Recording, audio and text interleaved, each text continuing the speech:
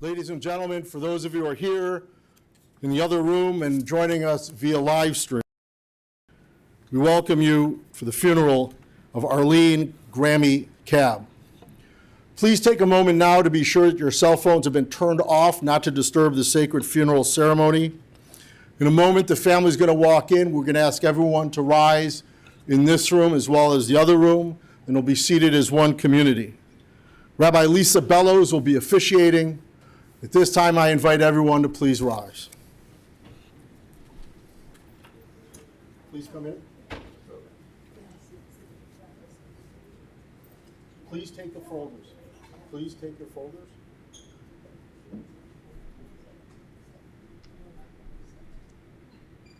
Okay. Good, whatever you want.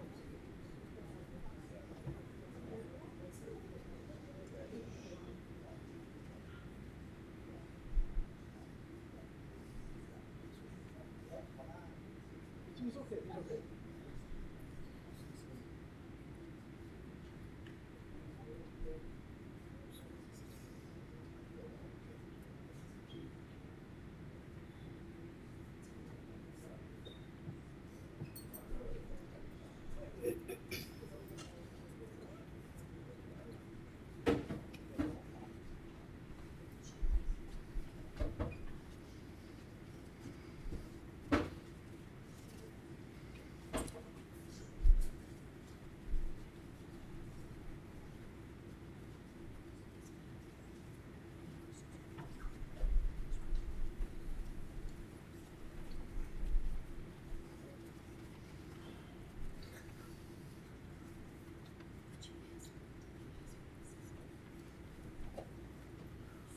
Please be seated.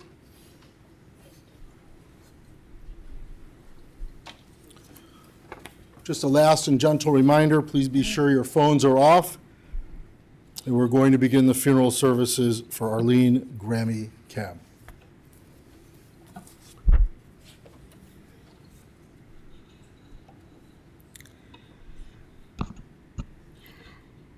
Arlene Kabb, beloved wife to Harold, treasured mother to Alan and Barb, Brad and Lindsay, Dory and Kevin, Julie and Loretta, Grammy to her darlings, Jordan, Lexi, Rex, Mac, Emmett, Caden, Talia, dear sister to Debbie and Dave, and friend to everyone. It's hard to even fathom that we are here today for this reason. So many of us here to say goodbye to Arlene. Truthfully, we're really not ready for this. Her surprise, her passing is as surprising as it is sorrowful. We expected Arlene to be here with us, cheering us on, listening to us, walking around the neighborhood, baking, doing for many years to come. We're sad today. And still, we come and we gather together to celebrate Arlene's life. And we show up, even as in life, she showed up for us. In times of mourning and grief, perhaps we receive comfort from family and from friends. And also perhaps from the words of our tradition, our psalmist, King David. King David was a man who wrote about issues of life, faith, of loss, and also of death.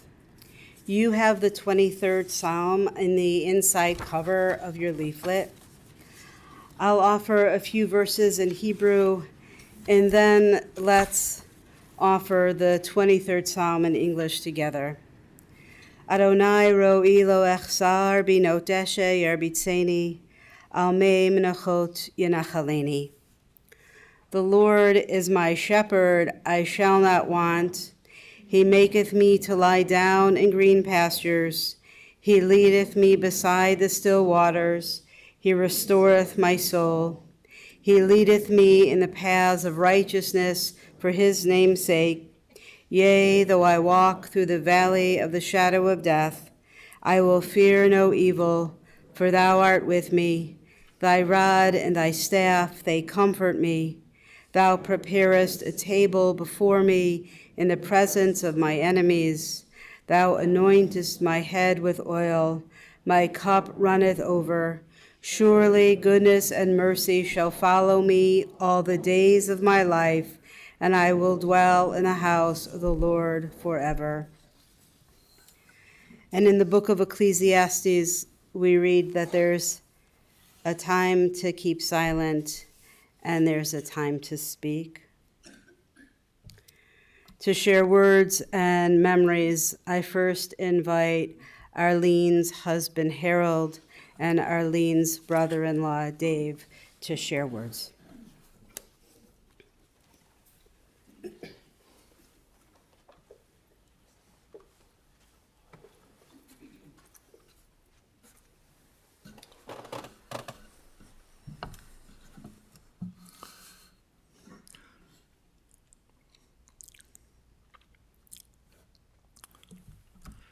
This is a real tough time for all of us. Arlene was very special, and nothing was more important than her family and friends. She would sacrifice anything when called upon. I will miss her dearly. We will all miss her. At this time, I feel my family and dear friends would do a better job than I could in honoring her. Thank you.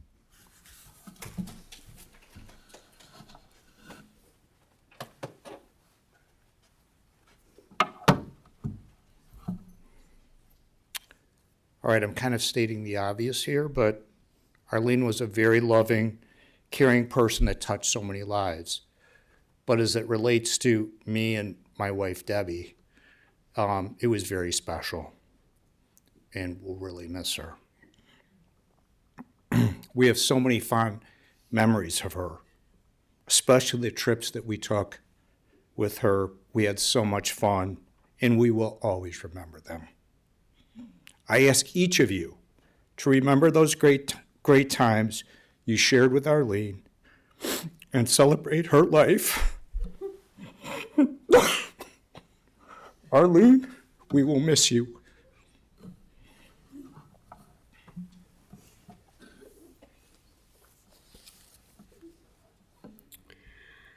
And invite now Arlene's dear friends, Sandy and Lester.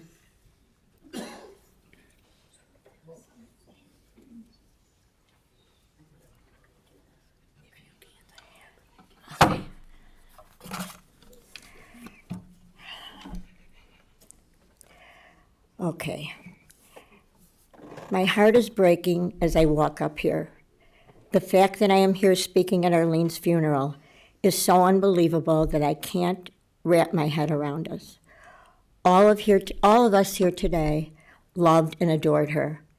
I feel so blessed to have called her my bestie for 60 plus years. We can all agree that she was the kindest, most loving and giving person the world has ever known.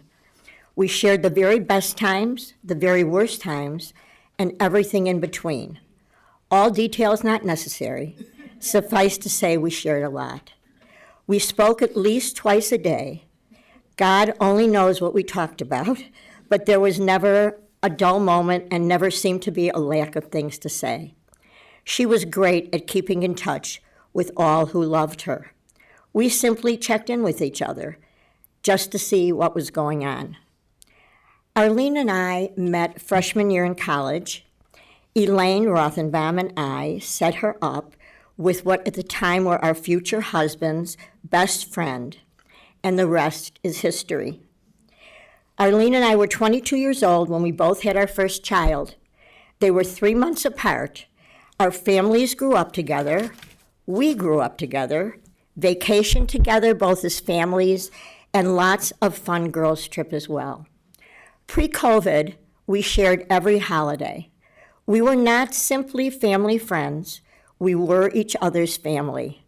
Now, we have to navigate in a world without Arlene. I don't know how that will be possible. I look at her family, who I love and adore. I know you know what a remarkable wife, mom, and Grammy you were blessed with. She was so proud of you and loved you beyond. To be around someone who never said an unkind word about anyone, nor was an unkind word ever said about her, is in itself a beautiful and most amazing legacy. My other bestie, Elaine, being without Arlene is going to be a huge challenge. We will have to hold each other up and be brave. My husband, Bob, you will now be blessed to have Arlene next to you. Take care of each other. Look down on us often because we will need all the help we can get. And lastly, to my beautiful friend, you were taken away from us, from all of us, way too soon. Rest peacefully and know that I love you and miss you so much already. In the words of Tina Turner, who passed away on the same day, you were simply the best.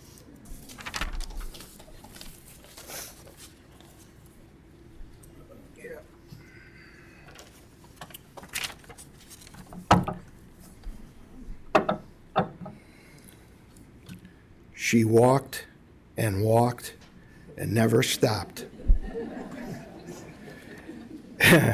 Everyone in Buffalo Grove knew Arlene, and more importantly, loved her.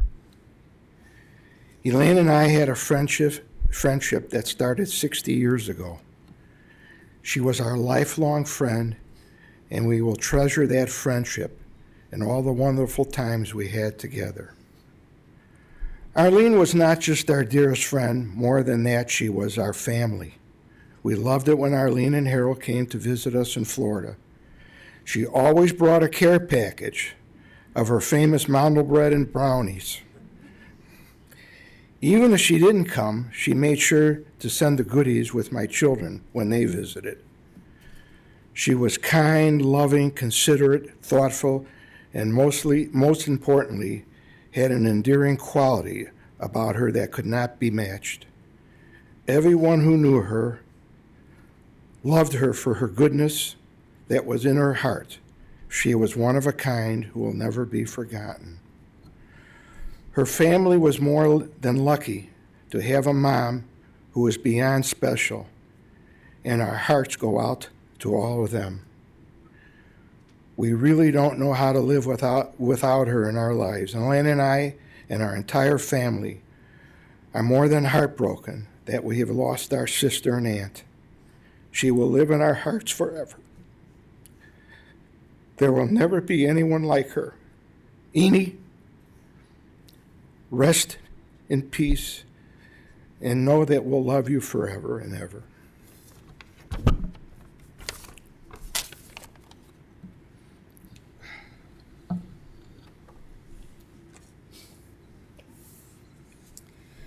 Invite now spouses of Arlene's children, Barb and Loretta, and the Harris family, Dory, Kevin, Rex, Mac, and Emmett.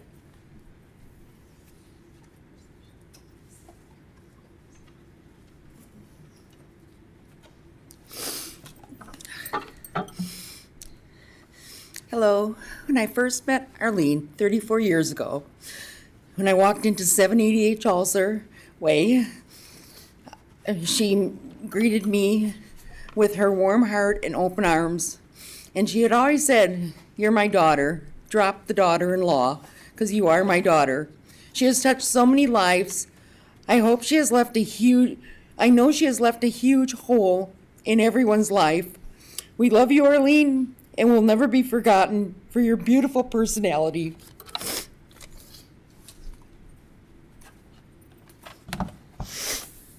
So hi, I'm Loretta, Julie's partner.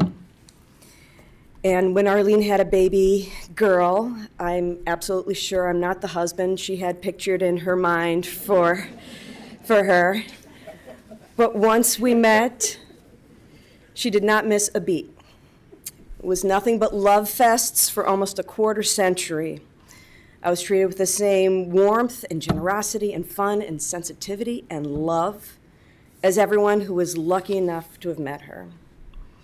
It didn't take long before I became part of her family and she became part of ours. And we all love Arlene. And I honestly have nothing but positive memories of this woman. I have never been anything but grateful to have had Arlene in our lives. And when they told us that she had passed, I felt like someone had taken the sun out of the sky, because it was the magnitude of that loss that I felt I couldn't recover from. And I decided, nope, that's not what Arlene wants for us. She wants us to carry on and have fun. And so I made up in my mind that no matter what I do from now on, I'm taking Arlene with me. No matter what fun, adventure, beautiful thing I'm going to do in my life, she wants to come with, and she wants to come with all of you too. So take her with you, and that's how you're going to claim her memory. There's a beautiful poem I'm going to read to you about this, and I hope it means something to you in whatever way it works. Death is nothing at all. It does not count. I have only slipped away into the next room. Nothing has happened. Everything remains exactly as it was. I am I, and you are you, and the old life that we lived so fondly together is untouched, unchanged. Whatever we were to each other, that we are still. Call me by the old familiar name. Speak of me in the way which you always use. Put no difference in your tone. Wear no forced air of solemnity or sorrow. Laugh as we always laughed at the little jokes that we enjoyed together. Play, smile, think of me, pray for me. Let my name be ever the household word it always was. Let it be spoken without an effort, without a ghost of a shadow upon it. Life means all that it ever meant. It is the same as it ever was. There's absolutely an unbroken continuity. It is negligible. Why should I be out of mind because I'm out of sight? I am but waiting for you, for an interval somewhere very near, just round the corner. All is well, nothing is hurt, nothing is lost.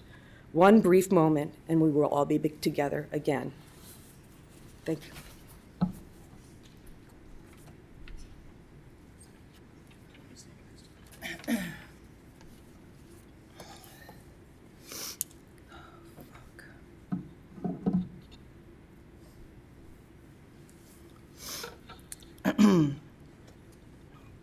I keep this thought on a loop in my mind.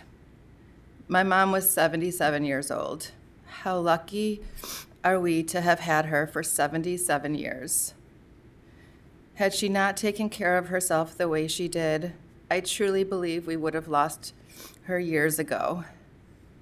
How lucky are we? I'm not sure there's anything I could say that could enlighten anyone here.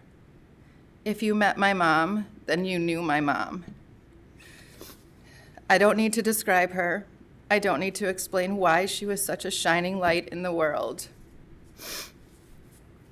You met her. You all know. So instead of saying all the things that we all know about her, I will tell you why. It's because she made every single person she encountered feel like they were enough. She was your cheerleader. You knew she loved you the minute you met her because you are enough. Mom, you lived your life so beautifully, and you made the most positive impact on countless people. How lucky are we to have had you for so long? You were enough.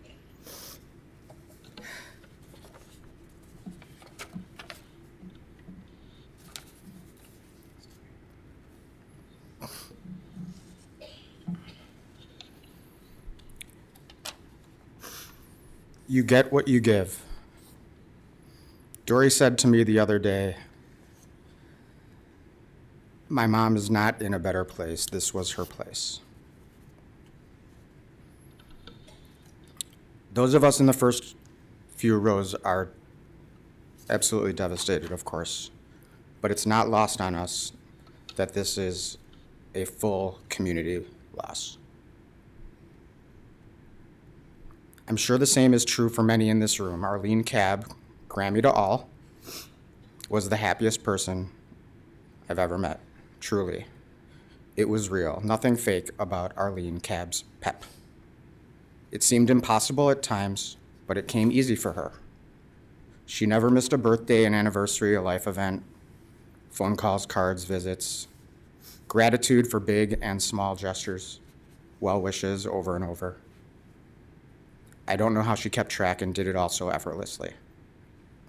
She loved life and pizza crust, just the crust, walking, the Cubs, and people. She loved all the people.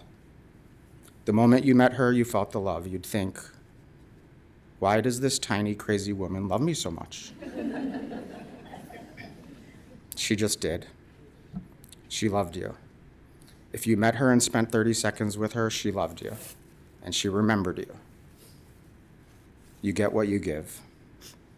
Is there a better example than Grammy? She lived it. Why was she so happy? She lived in her own world of happiness and love because that's what she gave, and that's what came back to her over and over. She loved the most outwardly, and she was loved the most back. You get what you give. Leave here today sad, we all will. This is a terrible, terrible loss. Carry on her legacy of kindness. You can't be Arlene Kabb, nobody can. But you can certainly recognize that she had something figured out about life. Thank you all for being here. We're sorry for your loss as well as ours.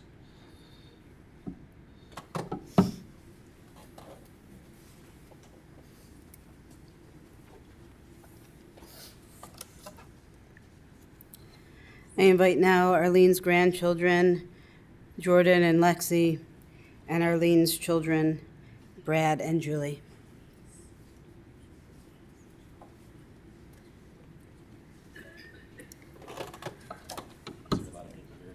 Oh, yeah.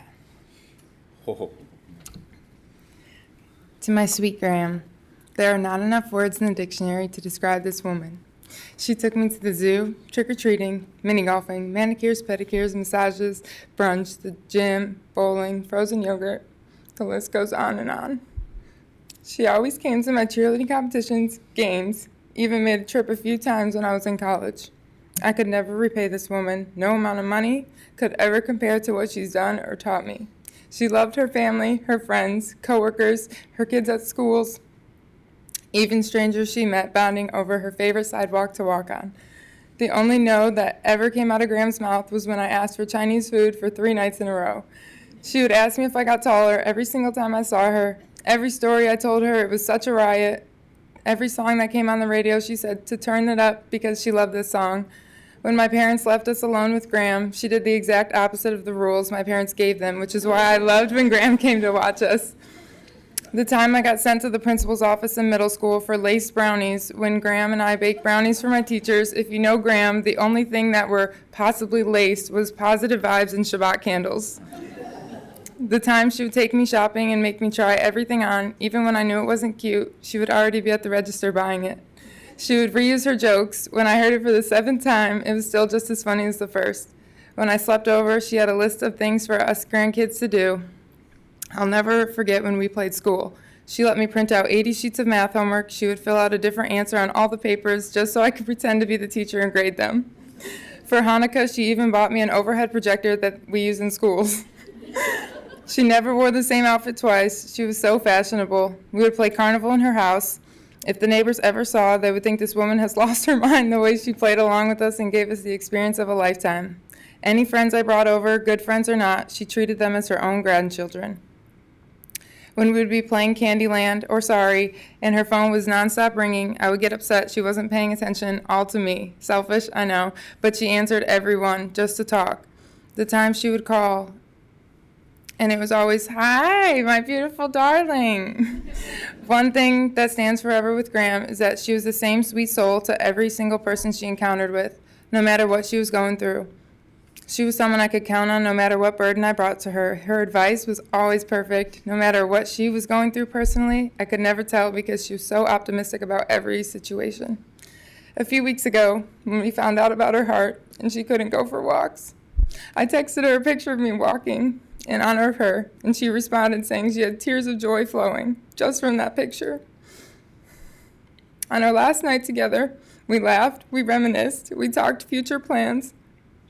Her last conversation with me was about how she was not nervous for her heart procedure at all.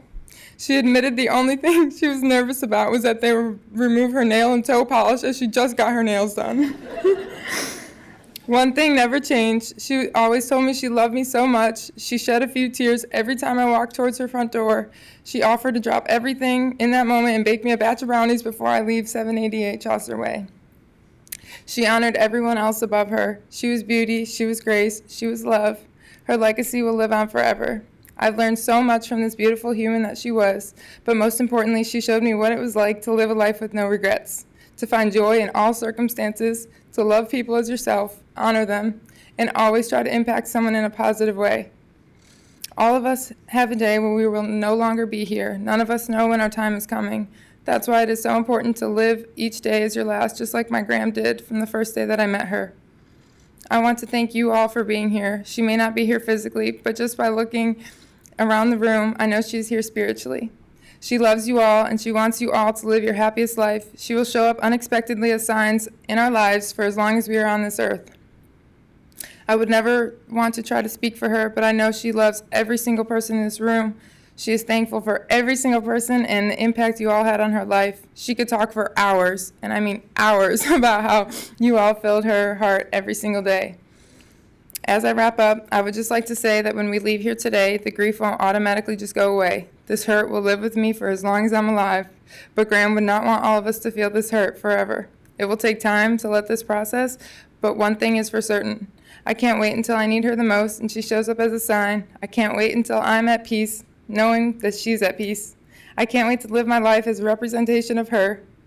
I know she is smiling down, up in heaven, tap dancing, eating unlimited peanut butter frozen yogurt, pretzels, salads, no dressing because she brought her own, pizza crust, no sauce, drinking chocolate sugar-free soda, walking marathons, screaming "Go Cubs Go," talking to Ernie Banks, and finally at peace with her mom and dad. I will forever and always love and miss my Gram.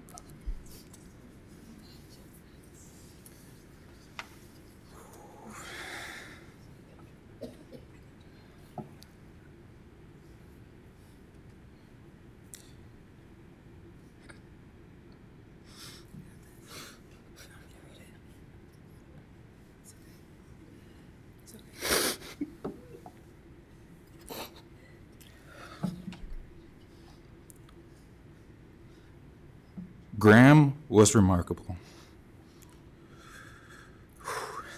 She deserves to be in the Hall of Fame for the greatest grandmother to ever live. Gram played a significant role in my life for 27 years, and I could have not asked for a better life growing up, and that's all because of Gram.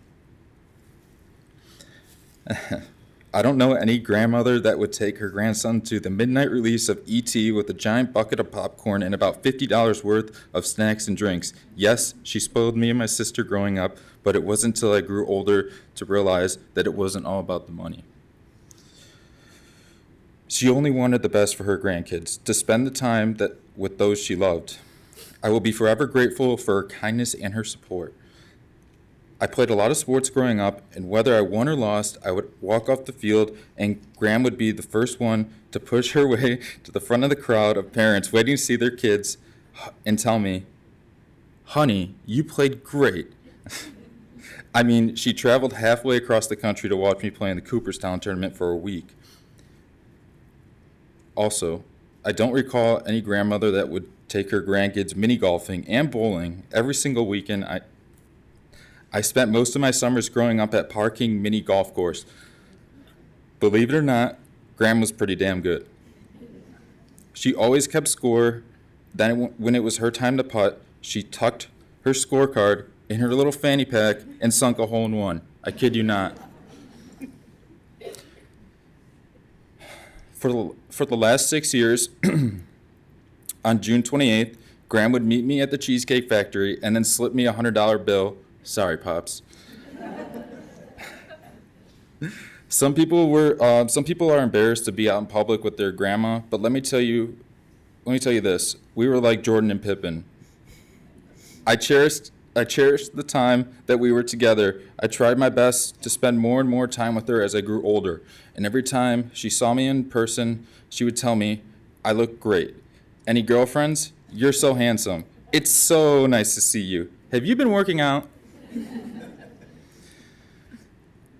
She always believed in me and my mission. For the lowest of lows to the highest of highs, she did more for me than I could ever imagine. She was my rock. The one I could turn to when things went south, and she never asked for anything in return. There is no monetary value that could replace my love for Graham. You shaped me into the man I am today, and I can never, ever repay you for that. I was the first grandkid in her life and the last one to say goodbye. I know she did not suffer. Only a smile on her face and a feeling of bliss.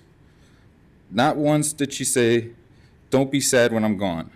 I know she lived her life to the fullest, and for me to be sad about her loss would be a dishonor to her beautiful soul. I love you, Graham.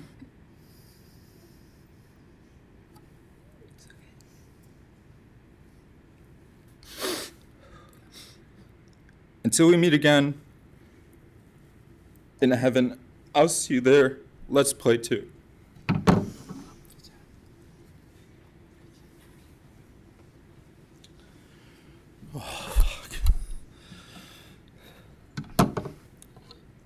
Mom, I never imagined a day without you. I'm sure nobody ever imagined their lives without you in it. You touched so many people, and you loved everyone. This world was a much better place because of you. I sent you and Dad a text message last week letting you know how much I love you. I want to read it to you again so you can hear it again. I'm sitting on my patio thinking about life, and I'm feeling both sad and grateful. Sad for how I've recognized the heartache I put you both through growing up, and grateful that you two were my parents who put up with me. I love you both more than I can ever say or repay you for. I don't know two people who are more kind, caring, considerate, and forgiving than you two. Thank you, thank you, thank you. I love you two so much. And you responded back to me. Thank you for such a beautiful note. We love you so much. Please know we will always be here for you. We never gave up on any of our 4 kids and put our love and kindness to all of you. As you all have grown and matured into wonderful, kind, and caring adults, we know we did a good job as parents. Thank you for being the kind, sensitive, and caring son to us. I know we are going through some tough times right now, but I feel life will get better for us. Love you, hard heart. Mom, life isn't getting better for us without you, but I love you. And I'm so proud to be your son, and I'm so proud to call you my mom. Rest in peace, and we will all be together again in time. I love you.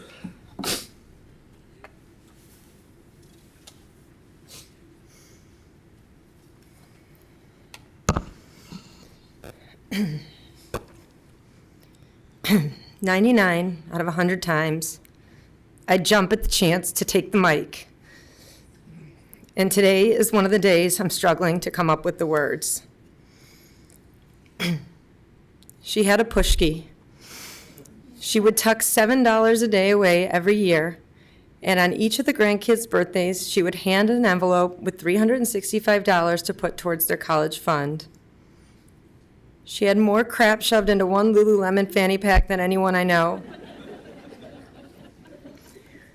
She was everyone's confidant. She, and I quote, didn't even talk in her sleep, a phrase I have adopted as my own over the years. She wrote the best texts. Happy National Women's Day. I'm so proud of the strong, beautiful woman you have become. Happy Pride. You know I love you and Jetta so much. I picked up rainbow bagels for us before the parade. Happy anniversary. She would remind all of us kids when it was our own anniversaries.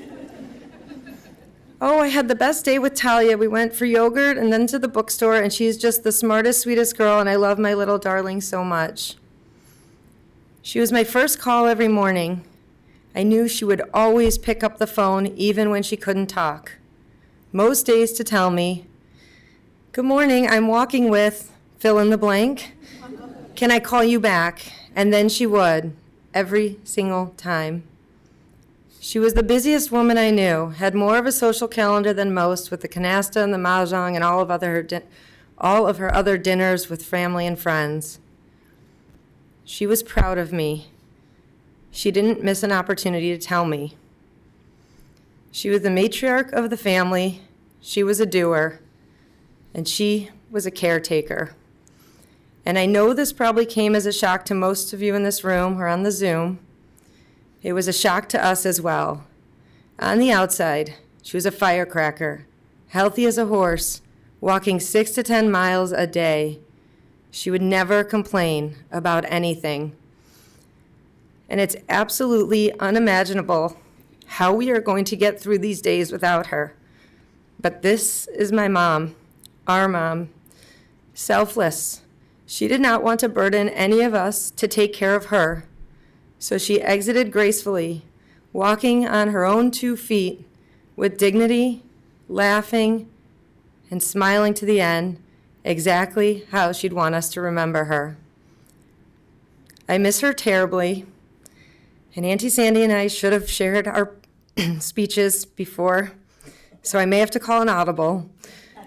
But late on Wednesday, when I found out that Tina Turner also passed away, it just couldn't be more fitting because my mom was simply the best. And for those of you that know that she could never hang up the phone, she always ended a conversation with, and that's the story. I love you, Mom.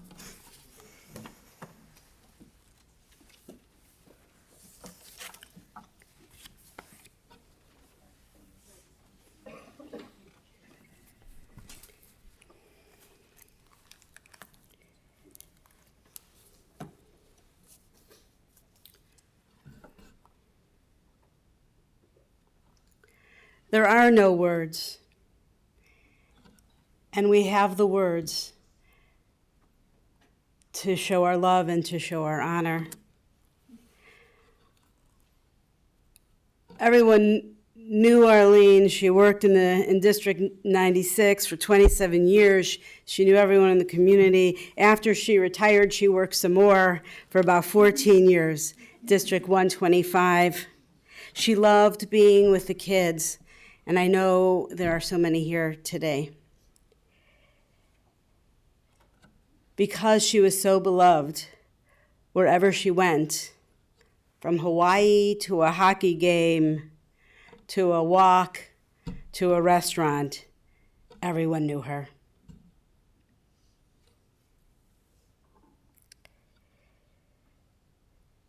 She was a trusted confidant and the project manager of her family, and a devoted Cubs fan since she was a little girl watching the Cubs play with her father, who she so adored. There was no better a Cubs fan than Arlene, and she would have married Ernie Banks if she could. Harold, a consolation, but it worked out. She loved the Cubs so much that her will stipulated that at her funeral, she should have flowers with the Cubs logo in the Cubs colors. Harold and Arlene met through a friend. She canceled the New Year's Eve date. You were persistent. You dated it that fall, and you were married October 23rd, 1966. 56 years, and you want more. You may or may not have been called the Bickersons occasionally. Your love was unbreakable. Arlene was a relentless caregiver to you when you needed, and probably even when you didn't. She never missed a trip to rush to the doctor. She always took a notepad to take notes. She was always there for you, watching out for you. She refused not to. She loved to cook. She cooked you 4 to 5 meals a week, which we know you appreciated. And growing up, the kids remember dinner was on the table at 5:30, family time.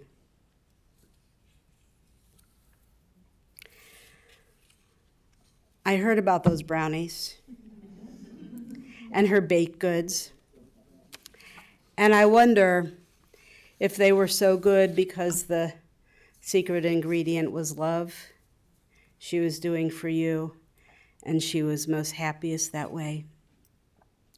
Arlene's light was bright and palpable, available and comforting.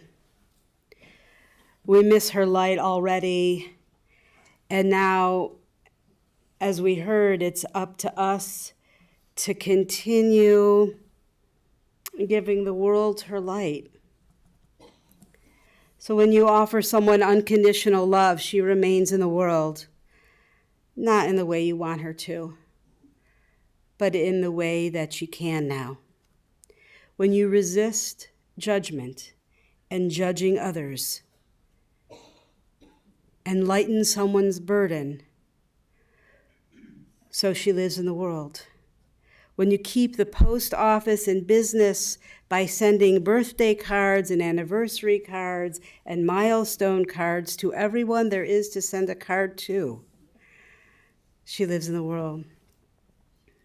Her acts of generosity and thoughtfulness that you received are available now to all whom you meet. Family, when you know that the bottom line is that you love each other and you take care of each other, so her light remains strong and bright and so powerful. When you, like she, live every day to the fullest, so her light remains. Arlene Kabb, Grammy, was a total legend. May her name and her memory be for blessing and inspiration. And as Julie said, she would say, and that's the story.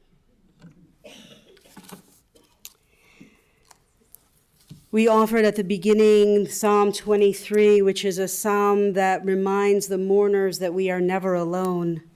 And this prayer, El Malei Rachamim, is just for Grammy, that Arlene continue to be received with great love, tenderness, and care. If you're able, please rise.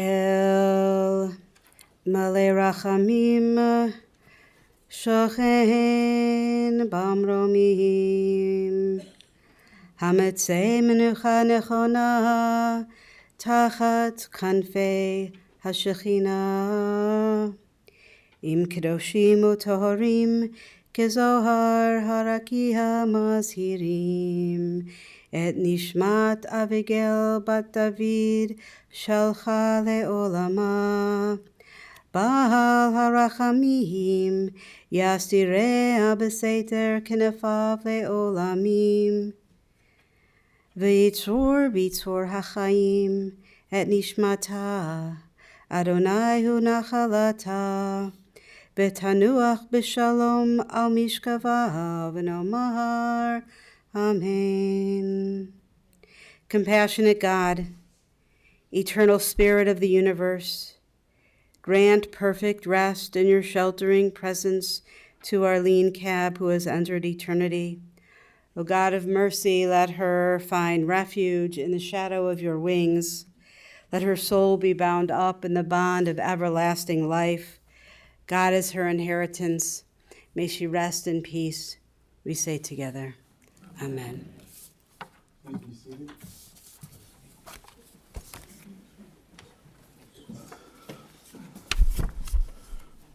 Ladies and gentlemen, the interment service will continue at Shalom Memorial Park Cemetery, located at 1700 West Rand Road in Arlington Heights. The family will be together at the Harris residence at 650 Saplin Lane in Deerfield today, following the interment till 7 p.m., Monday from 3 p.m. to 8 p.m., Tuesday from 4 p.m. to 8 p.m. Memorial contributions to Saving Tiny Hearts would be appreciated. For those of you who are here, all that information is on the service folder. For the many of you that are joining us online, all that information can be found on our website. For those of you who will be driving in the funeral procession to the cemetery, the procession will be forming in our parking lot and also facing south on Buffalo Grove Road. Very important, there are a tremendous amount of people here. We want to do this in the most respectful and safest way. So once the service is finally concluded, we ask those of you who are not going to the cemetery to please go to your cars immediately and clear the parking lot so we can set the procession up. The procession, those of you who are going in it, please have your bright lights and hazard lights on at all times. For additional measures of safety, use your horn liberally as you're going through the intersections. And please do not speak or text on your cellular phone while driving to the cemetery. At this time, I'd like to call up the pallbearers, Arlene's grandchildren, her sons-in-law, her daughters-in-law, Tracy, Marty, Dave, Dana, and Dale. I ask everyone to please rise and stand in place as we escort the casket of Arlene Grami Kabb from the chapel. Then you may return to your cars.